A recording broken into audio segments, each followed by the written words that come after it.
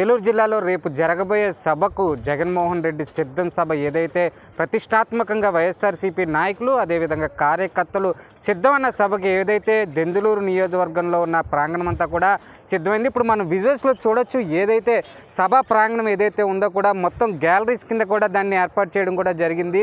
మనం విజువల్స్లో చూస్తున్నట్టు చుట్టూరు కూడా హోర్డింగ్స్, గజ దొంగల ముఠా నుంచి ప్రజలను కాపాడే ధీరుడు, అదేవిధంగా ఇక్కడ ఉన్నది అర్జునుడు, అదేవిధంగా పెత్తందారులకు అదేవిధంగా పేదవాళ్ళ మధ్య యుద్ధం అని చెప్పిన జనాన్ని ఎవరైతే ఓటర్స్ ఎవరైతే ఉన్నారో వాళ్ళందరినీ కూడా ఉత్తేజపరిచే విధంగా కూడా ఆలోచింపరిచే విధంగా కూడా చుట్టూరు కూడా హోర్డింగ్ అన్ని కూడా ఏర్పాటు చేయడం అయితే జరిగింది.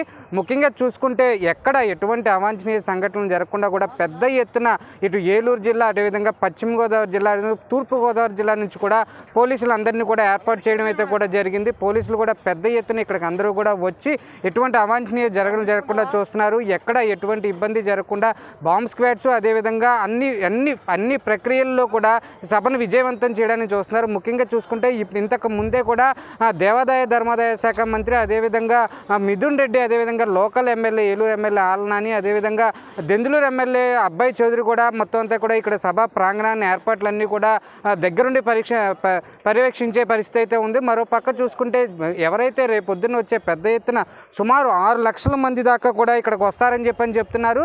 ఈ నేపథ్యంలో చూసుకుంటే 6 లక్షల పైన వచ్చినా కానీ ఇక్కడ ఉన్న ప్రజలందరూ కూడా ఎటువంటి ఇబ్బంది పడకుండా కూడా సభా ప్రాంగణం అంతా కూడా మొత్తం అంతా కూడా ఇక్కడ ఏర్పాటు చేసే పరిస్థితి అయితే కూడా ఉంది.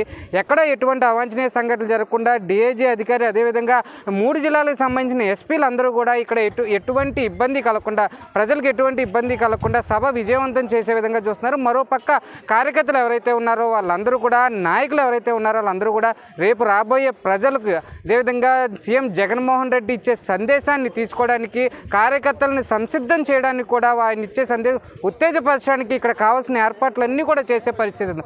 మరో పక్క చూసుకుంటే ఇటు వైజాగ్ నుంచి ఇదే విధంగా విజయవాడ వైపు వెళ్ళేది కానీ అటు విజయవాడ వైపు నుంచి హైదరాబాద్ వైపు వైజాగ్ వెళ్ళే ట్రాఫిక్ను కూడా మొత్తం అంతా కూడా మళ్లించడం అయితే కూడా ట్రాఫిక్ అంతరాయం కూడా జరగకుండా రేపు ఉదయం 8 గంటల నుంచి కూడా ట్రాఫిక్ నియంత్రణ అయితే జరగడం అయితే ఉంది. రేపు మధ్యాహ్నం 2 గంటలకి తాడేపల్లి నుంచి ముఖ్యమంత్రి జగన్మోహన్ రెడ్డి బయలుదేరి ఇక్కడికి వచ్చి సాయంకాలం 5:30-6ంటికి సభ ముగుస్తుందని చెప్పే పరిస్థితి కూడా ఉంది. మొత్తాన్ని చూసుకుంటే సభను విజయవంతం చేయడానికి నాయకులు, కార్యకర్తలు కూడా పెద్ద ఎత్తున సిద్ధంగా ఉన్నారని చెప్పే పరిస్థితి అయితే ఉంది.